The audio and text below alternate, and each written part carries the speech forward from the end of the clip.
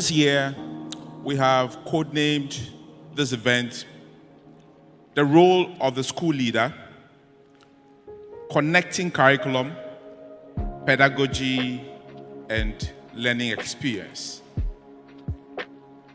Alternatively, connecting curriculum, pedagogy, and learning experience, the role of a facilitator, is the theme for this year's conference.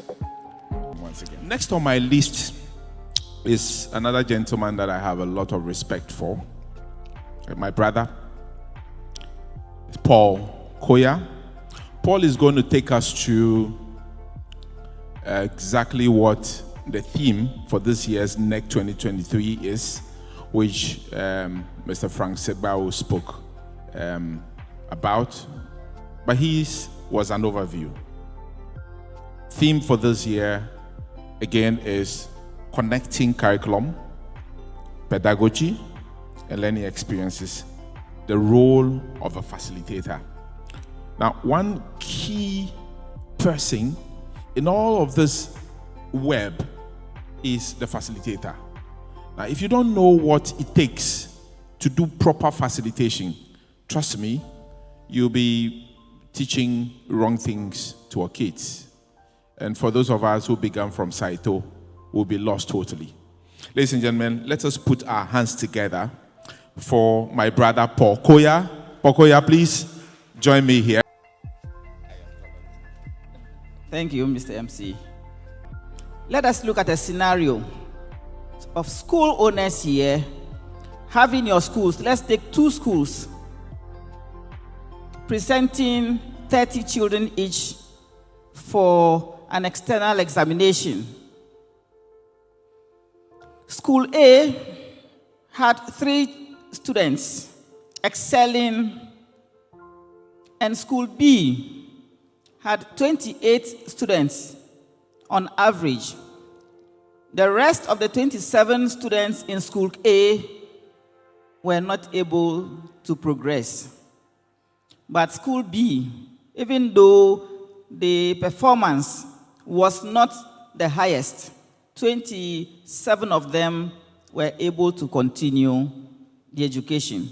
Which of these 2 schools would you want to own? Would you want to be the owner of School A, who has 3 excellent students who were presented for awards, and then the 3 progressed, the rest of the 27 dropped out? Or you want to be the owner of School B, where 27 students averagely passed and progressed to the next level of education? Where are you? Owner of School A or owner of School B? I didn't hear that. School B. Very well. I wish I can start a school so that I can combine School A and B. My role is very simple. I am going to be looking at what we would come to your various schools upon your invitation to discuss and take your facilitators through as a continuing professional development module, so our facilitators would be able to transform your school. And so when you present learners for examinations, you would have the kind of School B results, so that every learner, majority of them, would be making progress instead of having a few excellent ones and the rest as though they haven't been to school. So when you want to count those who went through your school and are excelling in society, the only 3 that excelled are those that will come back and be proud and say, I attended this school. But if you are going to be practicing what we will discuss now, you would have 27 progressing and coming back to say, this is where I progressed from to where I've gotten to. We'll be looking at the classroom management in a group and collaborative learning environment.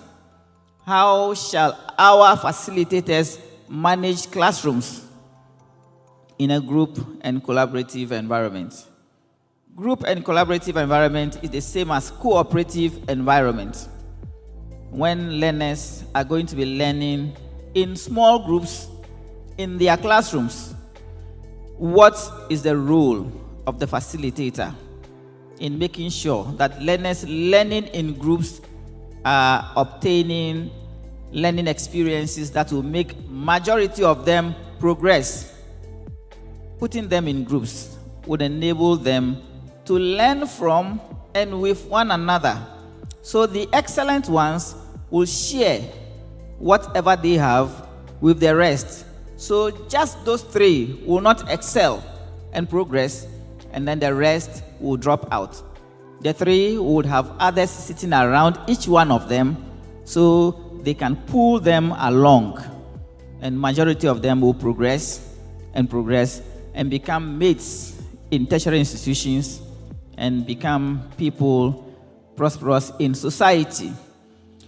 We would visit your schools, member schools, GNAPS member schools, and offer this training. We are going to be looking at the presentation now to see how group and collaborative learning approaches support the development of the 21st century and digital skills. We will progress to see the differences between facilitator-centered and learner-centered classrooms in terms of sitting arrangements and learning tasks. Then we look at the causes of misbehavior and disruption during learning collaboratively. And then finally, we will look at how learners misbehave, what causes the misbehavior, and how the misbehavior affects the people who are misbehaving and other learners in the classroom. And what do we do to avert misbehavior and the disruption of learning, or mitigate it when it does happen? And then what would the benefit be if we are able to effectively manage our classrooms towards achieving the learning goals? These are the objectives we would cover. And that is the huge shoes the bigger people who spoke before me left for me to put my small feet in.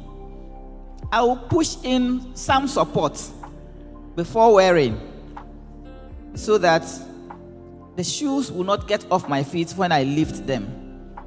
I am happy to say they have left the supports for me. My managing director spoke extensively how the curriculum, pedagogy, and learning experiences are connected, and what is required of us as school owners and leaders.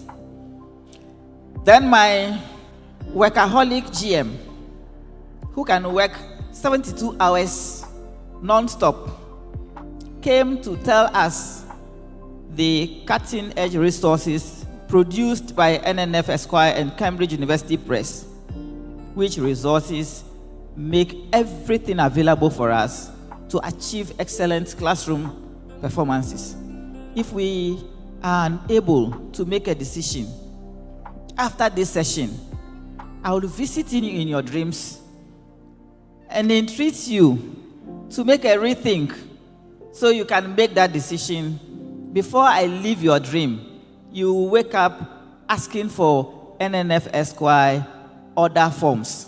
You want to fill and complete them, so you can also join this excellent performance schools. A lot of work. What is the link between collaborative learning and the 21st century skills? We will do that in 50 minutes. We will look at the learner-centered versus facilitator-centered classroom environments in terms of sitting arrangements and learning tasks in another 15 minutes. Then misbehavior and learning disruptions during classroom collaborative learning, extra 15 minutes. Then the impact of misbehavior on learning and learners for 10 minutes. How do we mitigate the impact of misbehavior on learning and learners? Another 15 minutes. Then the benefits of classroom management towards achieving learning goals also in 10 minutes. When I am done with that, together we will see how much we will remember. So when we go back to schools, we will tell our facilitators that fixed time, invite NNF to come and take you, the facilitators, who will be implementing this thing in your various classrooms, through the details. You are just going to have highlights. The facilitators will be taking through details in your various schools, be it in clusters depending on the zones you are coming from, or school-based, so that they will engage the learners in groups to learn collaboratively. So you will not have 3 people excelling at the end of the exams. A lot more will excel.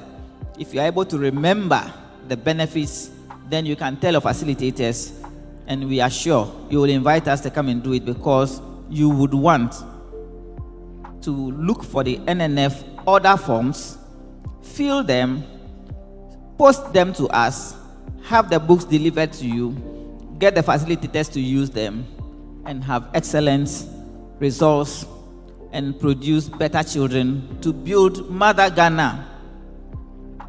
First, we'll start by looking at the need for appropriate classroom arrangement in learning. Why should we arrange the classroom in a particular manner before we learn?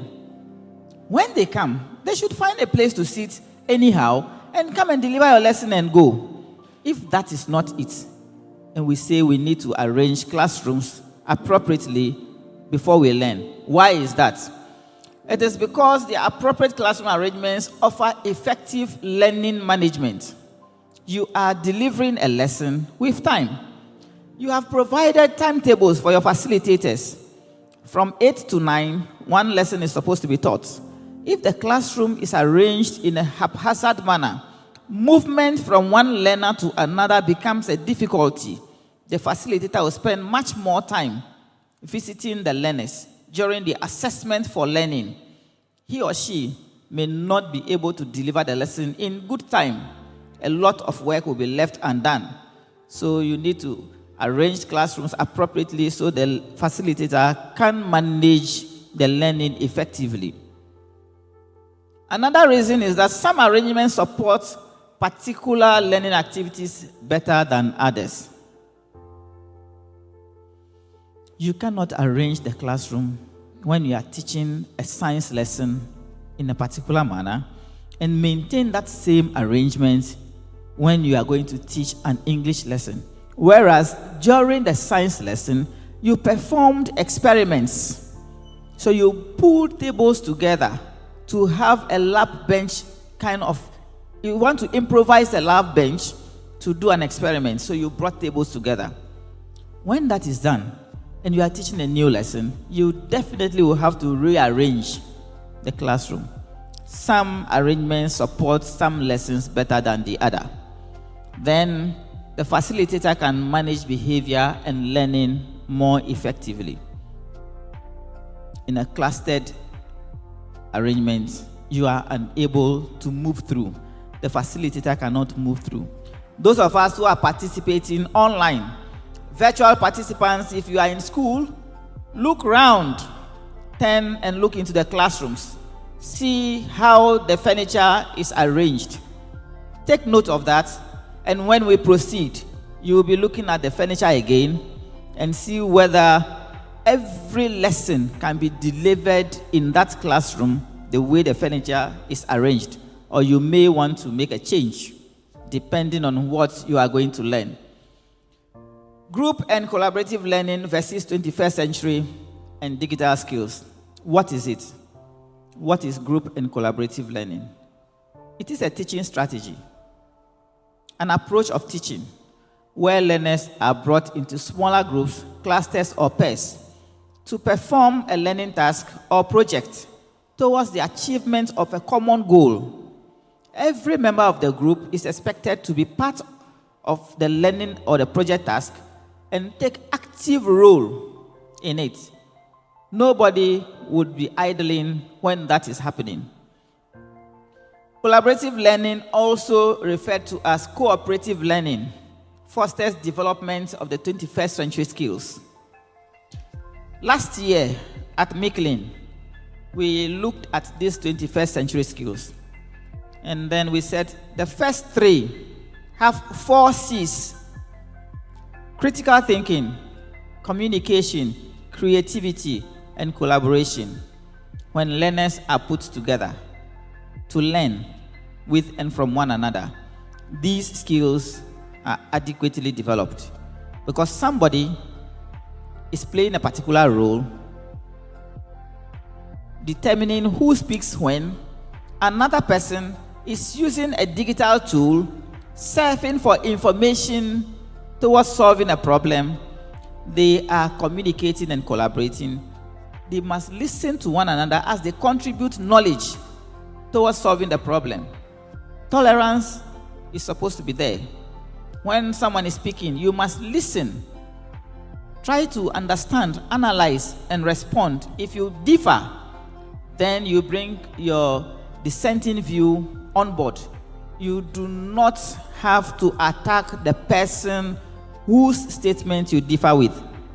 So as they are learning to communicate and collaborate, working towards attainment of the same goal, they are also developing skills that are required for them to become tolerant.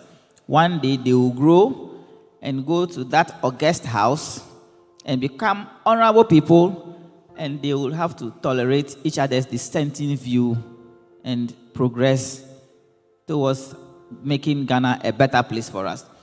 These skills are required when learners are put together to learn with one another. Learners can also use digital tools to develop digital communication skills when they are learning together. Digital tools are supposed to be used in integrating lessons. My general manager mentioned that our resources have provision for the use of digital schools to develop digital literacy skills in the learners. The facilitators in your various schools should use digital schools responsibly in facilitating the learning process. The key word is responsibly. This is a digital tool. It can be used in facilitating learning in the classroom when there are no projectors and the facilitator wants to show a video to the learners. He or she may arrange for 3 or 4 of these tools from other facilitators, put the learners in groups, allow them to go to the link together and watch the video in groups. That facilitator must have put this process of facilitating the lesson in the lesson notes. So you are aware that at this time, he's going to introduce this digital tool in facilitating the learning process, improvising a video for the learners to learn. If that is not done, if it is not found in the lesson notes, and then from nowhere, he smuggles the phone into the lesson, it's an irresponsible way of doing things. Probably he didn't even prepare for the lesson, and that is why it is not in the lesson notes. After doing 3 minutes with the learners, and he shifts responsibility of learning to them, he is likely going to sit at his desk and be doing Facebook and WhatsApp and the rest. Irresponsible learning would not take place in your schools because the welfare of the child is supreme to you. The contact hours are important. Ensure that your facilitators are using the contact hours for the learners so they can make progress as they move on. Let us look at reinforcing the 21st century skills through cooperative learning. The cooperative learning we are talking about is the same as collaborative learning or group learning. These are the 2 approaches prescribed in the standard-based and the common core curricula. There are 2 strategies in there for us: scaffolding and differentiation. There are 8 methods there for us. There are 2 approaches there for us, and there are 2 resources for us. The approaches are the group learning and collaborative learning, and then the resources are integration of ICT tools and the use of learning centers. we are focusing on the approaches.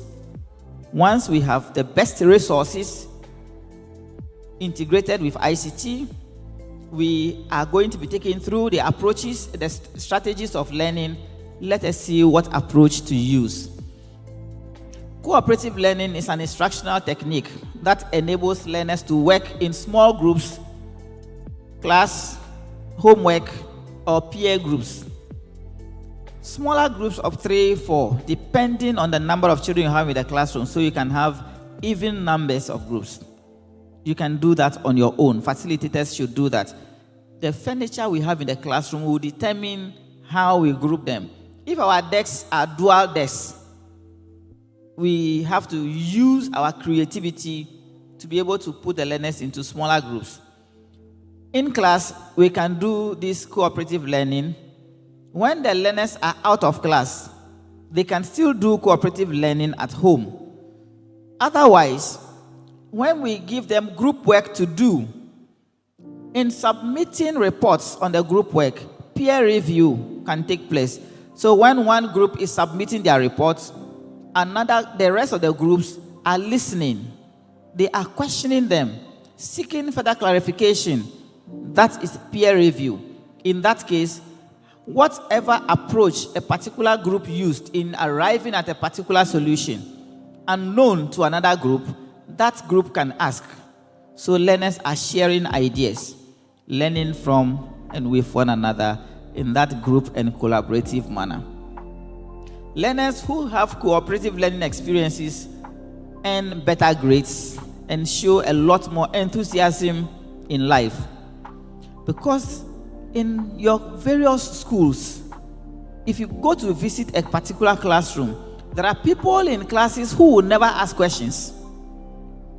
They are intimidated by the presence of other people in the classroom. There are some who are not intimidated but are not interested in asking questions. But if you ask them a question, they will provide the proper response to you, but they will not talk. All these people are in the classroom. It is the duty of your facilitator to be able to harness all these people, encourage them to speak, so others will hear from them. In a larger class, when the person is unwilling to speak, put them in smaller groups, and he is the leader of the group.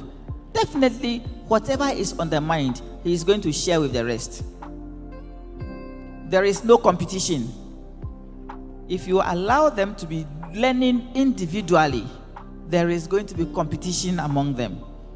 I want to be the first, so I will not share what I have on my mind with my friends. Otherwise, they may come to pass. So you alone will pass the exams and go to the university, and all your mates are behind. What kind of school shall we want to build if we encourage individual learning strategies in our various schools? How many people can we produce to progress? This is why we should not encourage individual learning in our schools, but rather adopt the collaborative learning. So those who are very fast learners can share what is on their mind.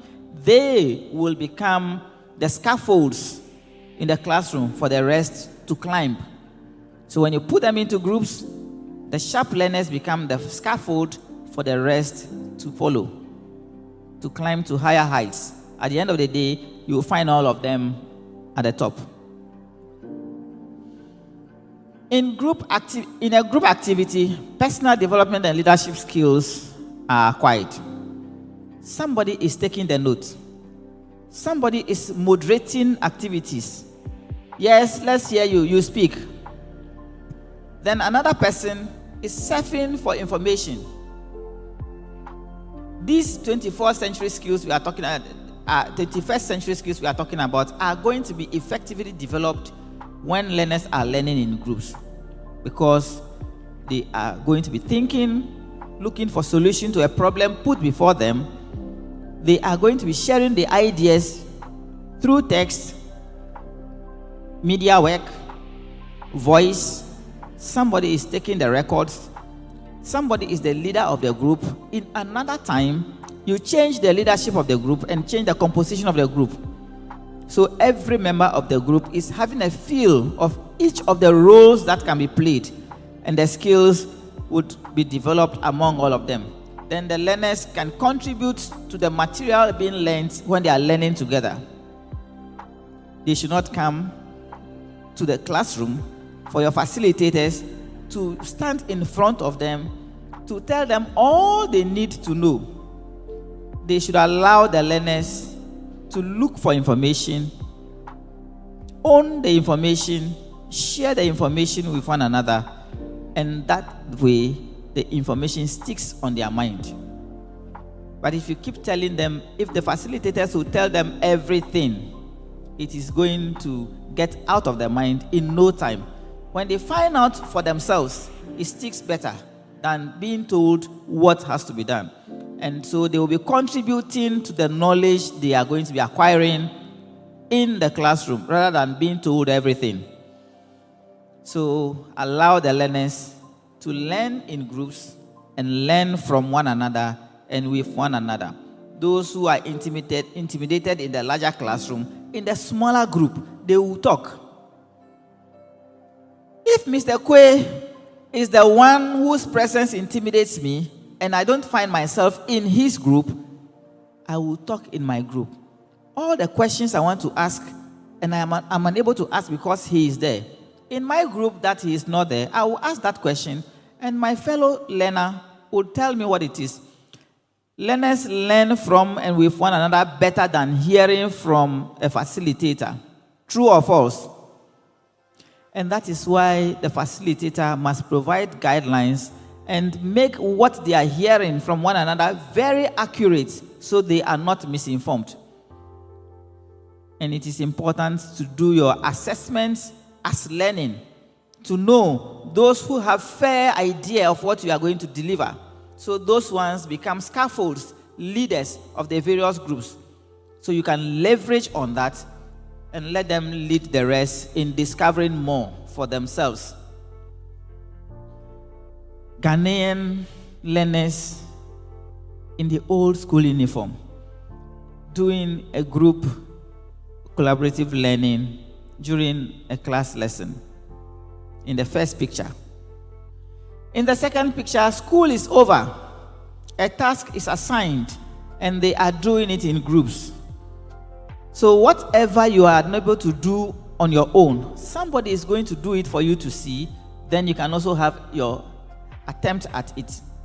So each learner would have an attempt at what task that has to be learned, and they would acquire the skills in doing whatever they want to do. Going forward takes us to see what the facilitator-centered classroom environment and the learner-centered classroom environment is. The curriculum we are using says that we must practice learner-centered pedagogy. Put the learner at the center of the learning process and allow the learner to do the learning whilst you, the facilitator, develops guidelines, directives, and support for the learner. Hello? Hello? GNAPS. The welfare of the child is supreme. Allow the child to be at the center of the learning process. And then the facilitator provides guidelines and directives. In a facilitator-centered environment, like most of us have in our various schools, one boy, one desk. One girl, one desk. At best, we have 2 people sitting at one desk. Don't say that one. This one is the classroom one. Not one something, one something, one. This one in our various schools. So, that is a teacher-centered environment, a facilitator-centered environment. All the learners are seated the way we are sitting here. The facilitator is in front. You face him. He is the authority in the classroom, the only source of knowledge that he is ready to pass on to the learners. So that environment focuses on the facilitator. In the learner-centered environment, the focus of learning is on the learner. All the learning tasks are designed because the learner is going to do the learning. It is why the NNF Essential resources are all learner-centered. We have had comments that, oh, these books, we don't have enough information in them. The information in the book is for the learner. It is a learner's book. The facilitator's resource is much more detailed to provide more support and guidelines to the learner. So the learner's book is focused on the learner. The facilitator's guide is the tool the facilitator needs to be able to prosecute whatever lesson there is in the learner's book. So we do not want to say the learner's book is fully packed and the learner is not even able to read and understand. It is a learner's book, learner-centered. The learner's book in the learner-centered environment focuses on the learner. Knowledge is transmitted from the facilitator to the learner in a facilitator-led environment. Like we are sitting now, I am the facilitator, then I am saying everything you need to hear. But in the learner-centered environment, the learners are allowed to find out and contribute to the knowledge on their own. They are not spoon-fed. Once they are discovering the information on their own, it sticks in there. So we should be thinking of transforming our classrooms from a facilitator environment to a learner-centered environment where the learner will be at the center of the learning process and should be finding out the information and be contributing to the lesson that is supposed to be learned, rather than getting the learners told everything. In a facilitator-centered environment, the facilitator mostly talks. He alone comes to stand and delivers the lesson, and the learners are listening. If it's an experimental lesson, he would stand. The equipment to do the experiments are in front of him on a table. The learners will surround him and with their hands at the back, watching. He picks one thing, picks another, does the experiment, lesson over. You dare not touch anything as a learner. But in a learner-centered environment, the facilitator provides the equipment for learning or performing the experiments and directs the learners to perform the experiments and have a first-hand experience, so they will not become engineers who can only draw and label the things they have seen, name the parts, and describe the functions they perform. Out of the lecture, they are graduates, engineers in the field. They come to encounter the same thing they were drawing and labeling and are not able to identify it. They cannot even operate it. These learners should have first-hand experience of these things, so when they get out of work, the competencies are there. They have touched a thing. They have used it in school. So out of school, they are able to transform this economy. We'll stop importing toothpick from China. In a facilitator-centered environment, when the facilitator asks a question, his expectation is that the learners must provide one appropriate response. He is not interested in the learner's view. What is on his mind is what he's expecting from you. But in a learner-centered environment, the learner is allowed to speak his mind. This is my view. This is my view. This is how I see it. So they are contributing to the development of the knowledge. The facilitator would only fine-tune what the learners are saying, bring it to some level of accuracy that can lead the learner on to acquiring additional information. Learners sit passively, like we are sitting, passively doing nothing in a facilitator-centered classroom.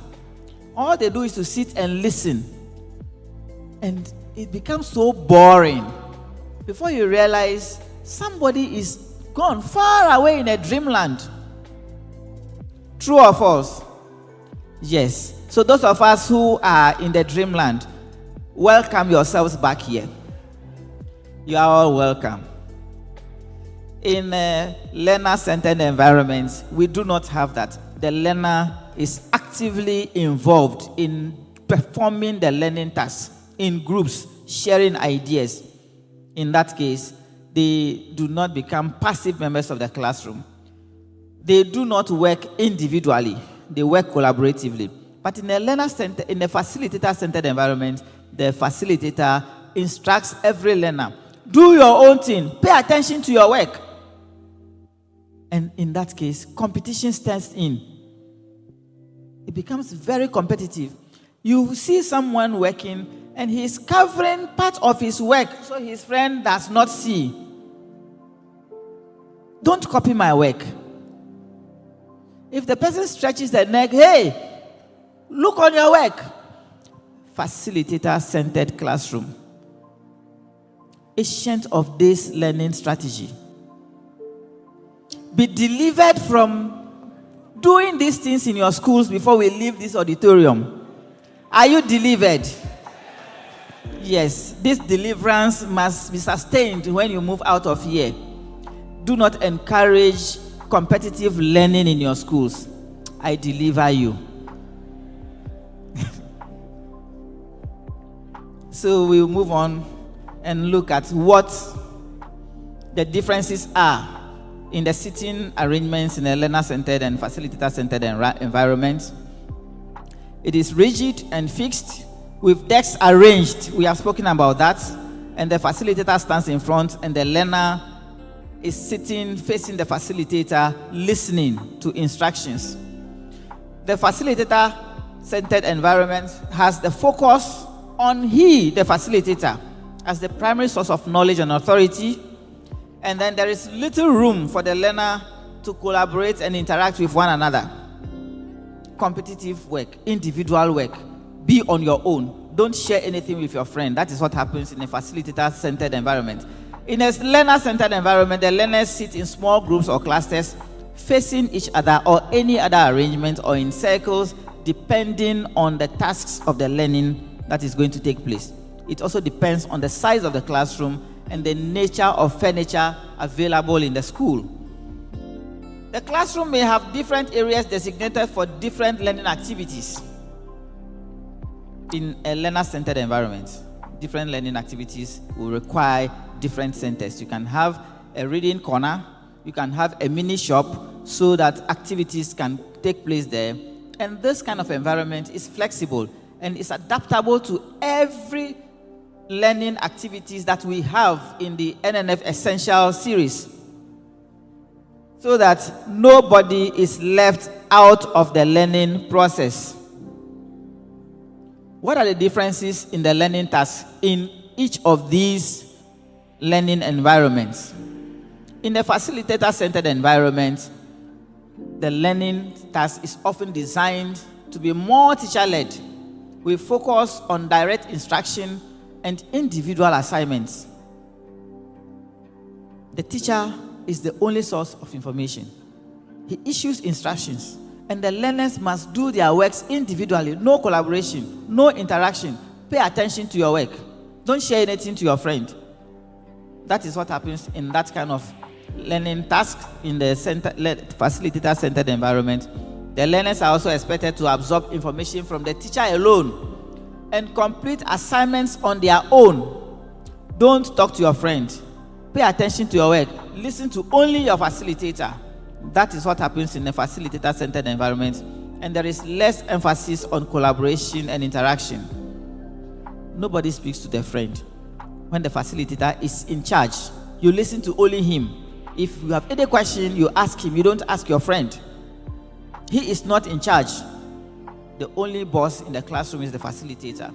People are intimidated because some people cannot look into the facilitator's eyes and ask questions. So they go home with unclear lessons on their mind. Sometimes more confused than they were when you began the lesson. In the other way, the learner-centered environment is designed to be more learner-led, interactive, and collaborative, because they are supposed to come together and do cooperative learning. They share ideas with one another, and then they can ask questions from one another and perform the learning task together. The learners are also encouraged to work together on projects and assignments, share ideas, and learn from and with one another. And the teacher or the facilitator serves as a guide, providing feedback to the learners and offering support when the need arises. So every learner is able to make progress during the learning task.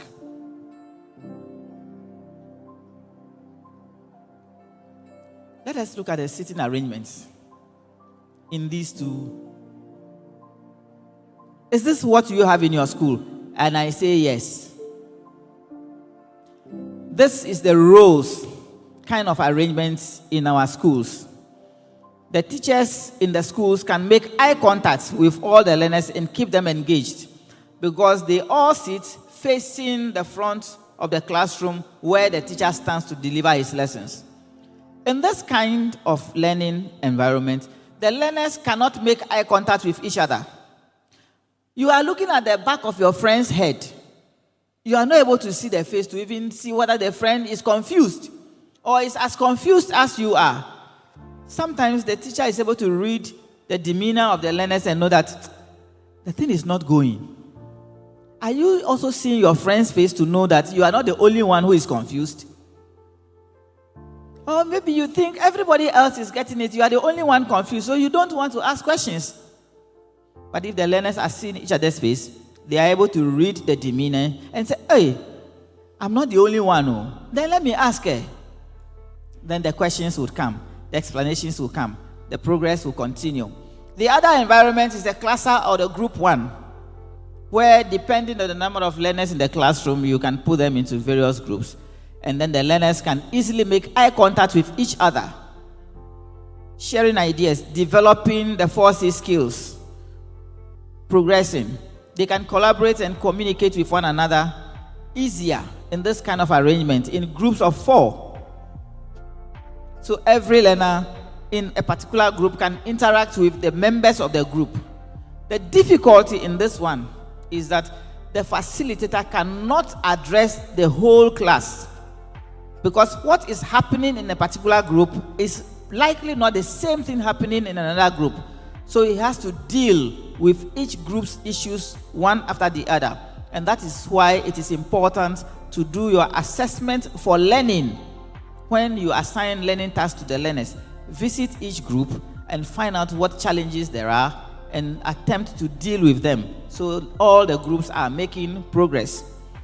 The next kind of arrangement is a U-shaped one. If you do not have a very small class size, you cannot do this kind of arrangement. Otherwise, you would have 2 rows going, and then you have to walk in between one row and another.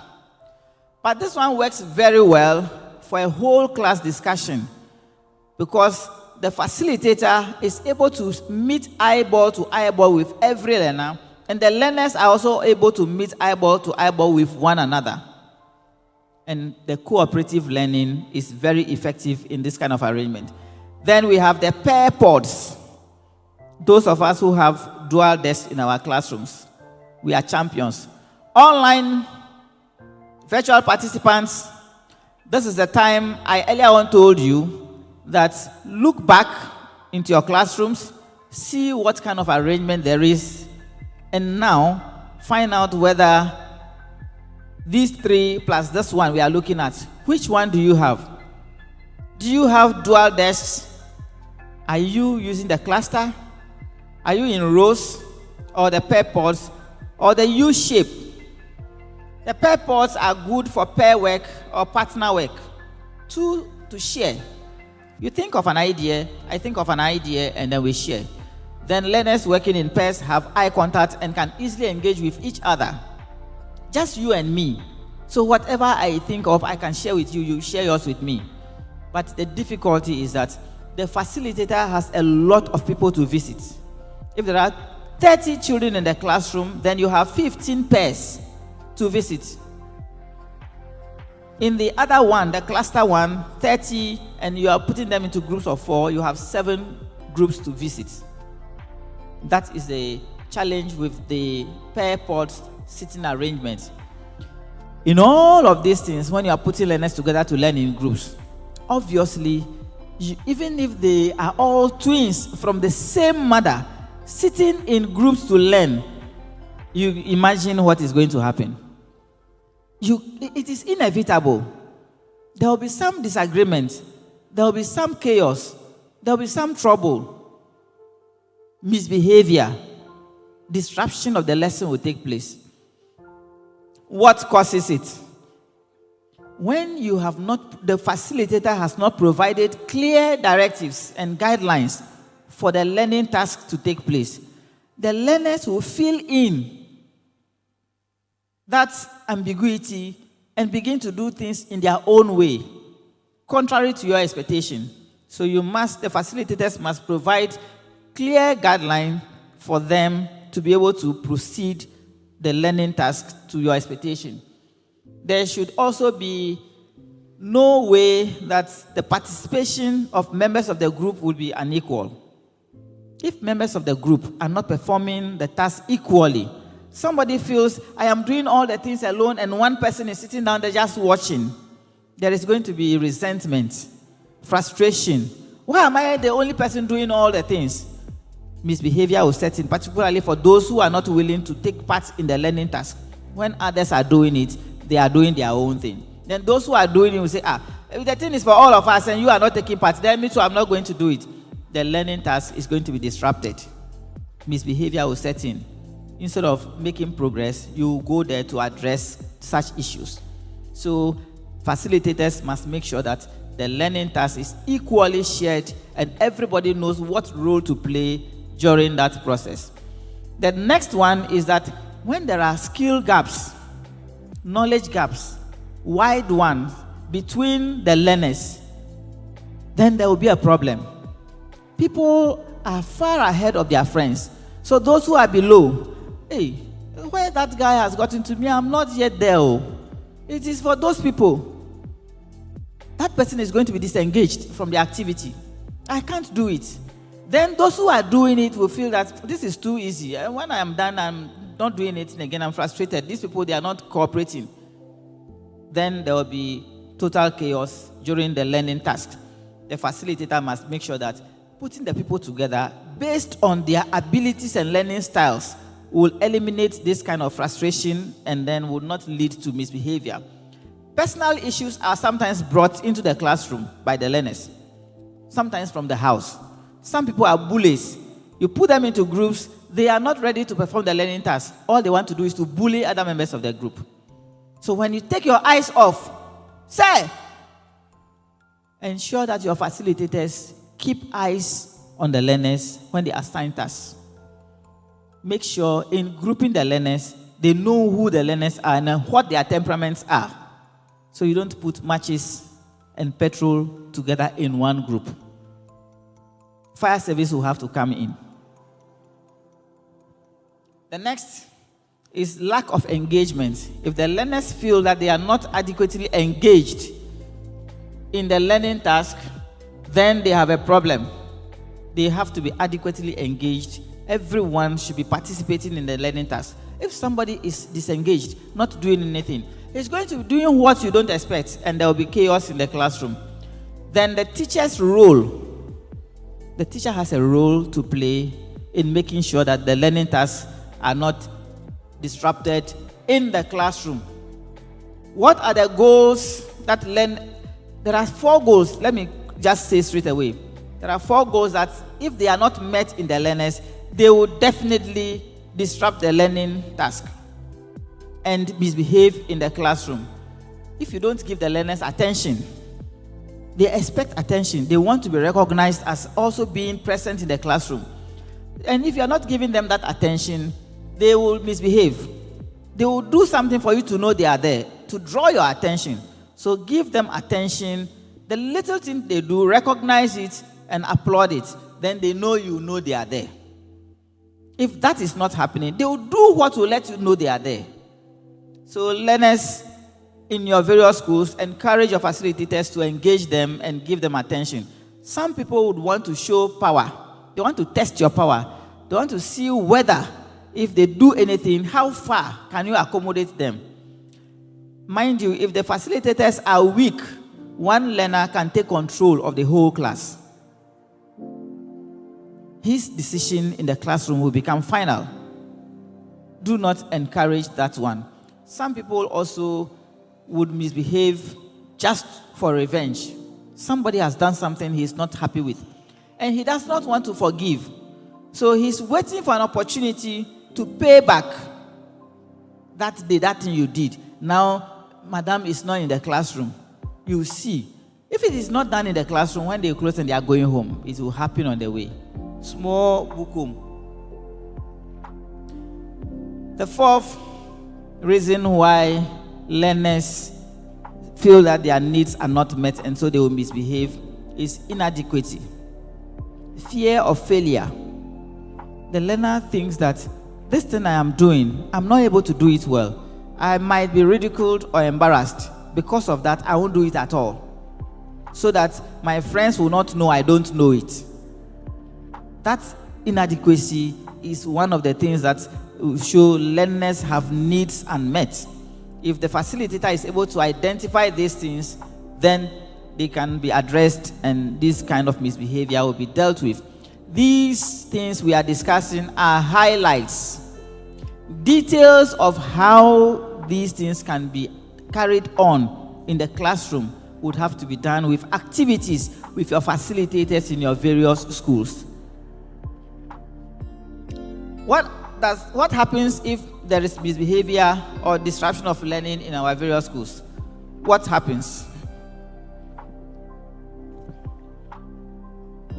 There will be inadequate engagement. Inadequate engagement.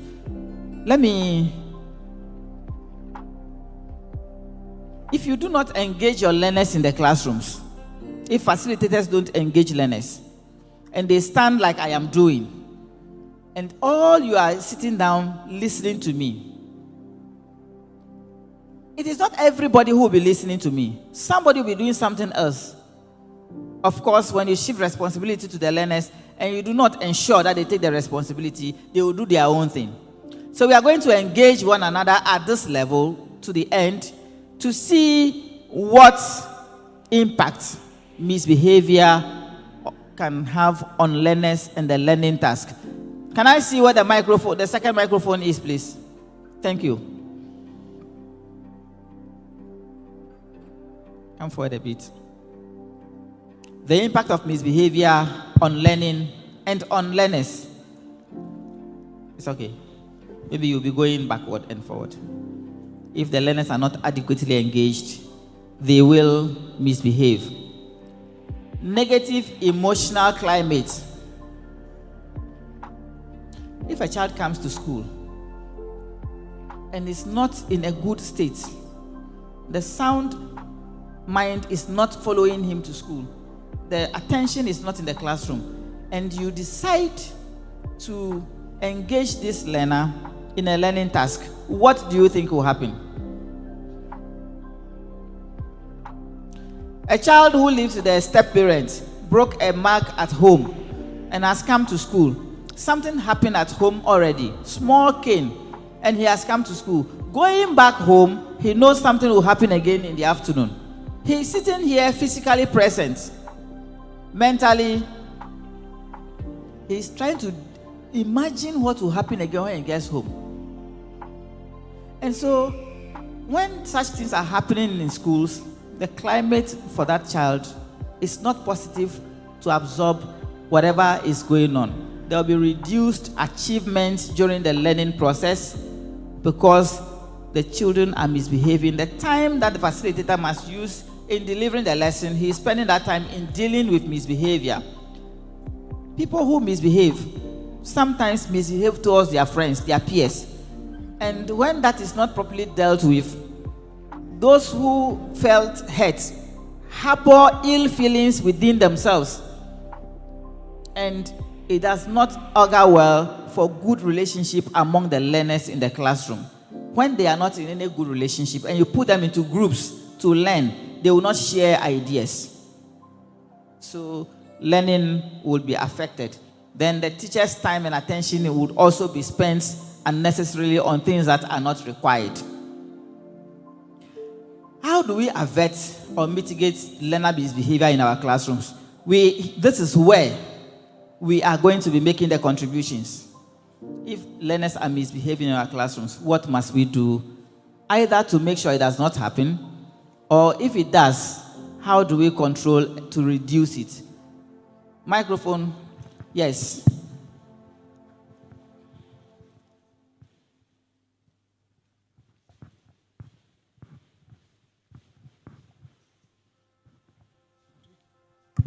To change the position of the learner. I didn't hear that. I said to change the position of the learner. Sitting arrangements. If the person is sitting at a particular place and disturbing or misbehaving, you vary the position of the learner. Any other contribution? Sometimes, depending on the temperament of the child, you could sit and reason with them and let them know the consequences of their action, and they will understand and change.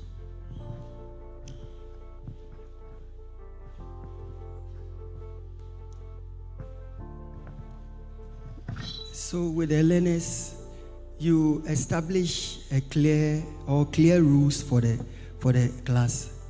So with the learners. From the very first day, engage the learners in certain rules and regulations, the do's and the don'ts in the classroom. Let them all understand and accept it, that this is what we can do, this is not, we cannot do. And when you do the don'ts, this is what will happen to you. If these things are clearly spelled out, engage them to get these things done, and when you all accept it, they know what will happen when they do what they are not supposed to do. So if you are initiating a disciplinary action or a corrective measure for something that must not be done in the classroom, all the learners know we all agreed we cannot do this, and when we do, this is what will happen. Is that okay? Positive reinforcement is the next one. When the learners do something that is good, recognize it, appreciate it, let all of them know that this is the kind of things you want them to be doing. The rest would also endeavor to be doing that, and that will reduce misbehavior in the classroom. Then, classroom management strategies. Those who misbehave so much, keep close eyes on them. Always be in constant touch with them. Proximity. Don't stay far away from them, because by the time you get there, he would have done the thing already. Such people need close marking. They are the Lionel Messis in the team. The least thing they will score you, give them close marking. Before he gets the ball, you disrupt him. Before he conceives the idea, you are there. I hope that is clear. Then, the learner-centered discipline and consistent consequences. The learner does the thing. Let the learner understand this is why you must not do it, because when you do, this is what is going to happen. Let the learner appreciate the reason for not doing that thing. Rather than just telling him, I say don't do it. We don't do this here. Why don't we do it? It's a mystery. What we must not do must not be mysterious things to the learners. Let them know why they are not supposed to do it. They are human beings and they are critical thinkers, so let them understand. Then, positive teacher-learner relationships would also encourage learners not to misbehave in classrooms. And then, the positive classroom climate. Hey, I can see a lot of photographers around. All cameras up with the flashlights. These things happen when the last thing on the slide comes. Then the cameras rise. I'm now a monitor. When I get to the last part one, then I'll skip to the next slide.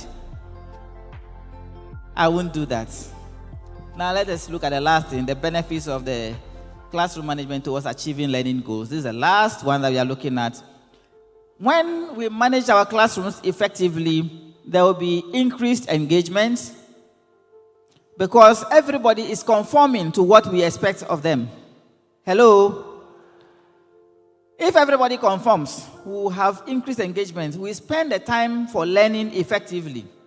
Then there will be reduced disruptions. These are straightforward things.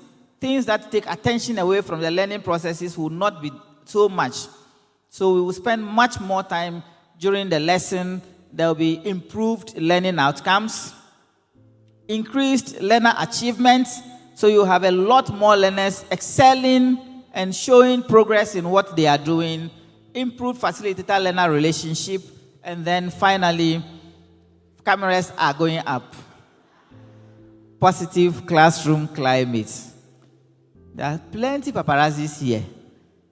Are you done, paparazzis? Can I move on? I hear you. In summary, a learner-centered classroom is effectively managed through group and collaborative learning. For these reasons, it has a positive effect on learning compared to individual or competitive learning. If learners are learning together, they have positive effect on learning. Whereas when they are learning individually and doing all other things individually, few people excel. The majority of the members of the class are pulled behind. Very few people excel. Discourage it. We have been delivered before now. The delivery is sustained. It has the potential to meet more learning style needs than individualized direct instruction. Because the learners are different, they have different learning styles, different learning needs, and you put them together, everybody in a group is going to share what is on the mind of the other. So they will have various ways of doing things.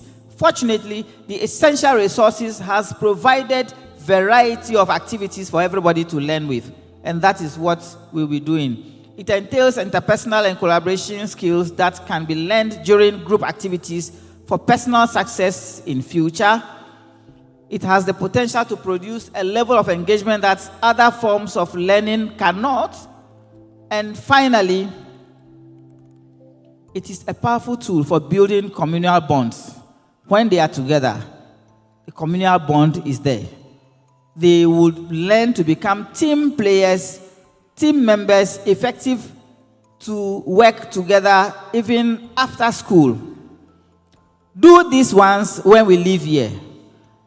To manage a learner-centered classroom effectively through group and collaborative learning, we must decide that it is worth making a commitment doing it well.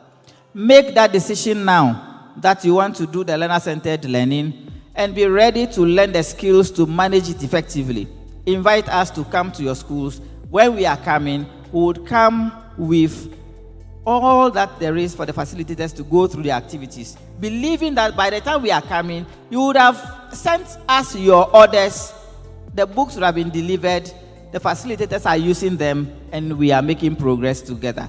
I am speaking on that side joyfully because that is where we would continue to do these things together. I believe we will remember that when we learn together in groups, we are developing our 21st century skills. Let me see your thumbs up if you believe that when the learners are learning in groups, they are developing their 21st century skills. Online participants, type your yes or no if you accept these ones. The cameras are up instead of the thumbs. Plenty paparazzis here. We believe that when we take your facilitators through this thing in your various schools, they will be able to tell us the differences between the learner-centered classroom environments and then the facilitator-centered classroom environment. They will be able to identify causes of learning misbehavior and what disrupts learning in the group and collaborative learning. These are things that will be done practically in your various schools, and then they can evaluate the impact of learner misbehavior on learning and learners. They should also be able to get solutions to mitigate the impact of learning misbehavior and disruptions in the classrooms so that they can benefit from effective classroom management to achieve their learning goals. These are the things we will be doing in your schools. These are highlights to you, school owners and leaders, facilitators who go through the details when we come to your school to take you through all of this. Thank you very much for granting me audience. Thank you very much, Paul. Please put your hands together.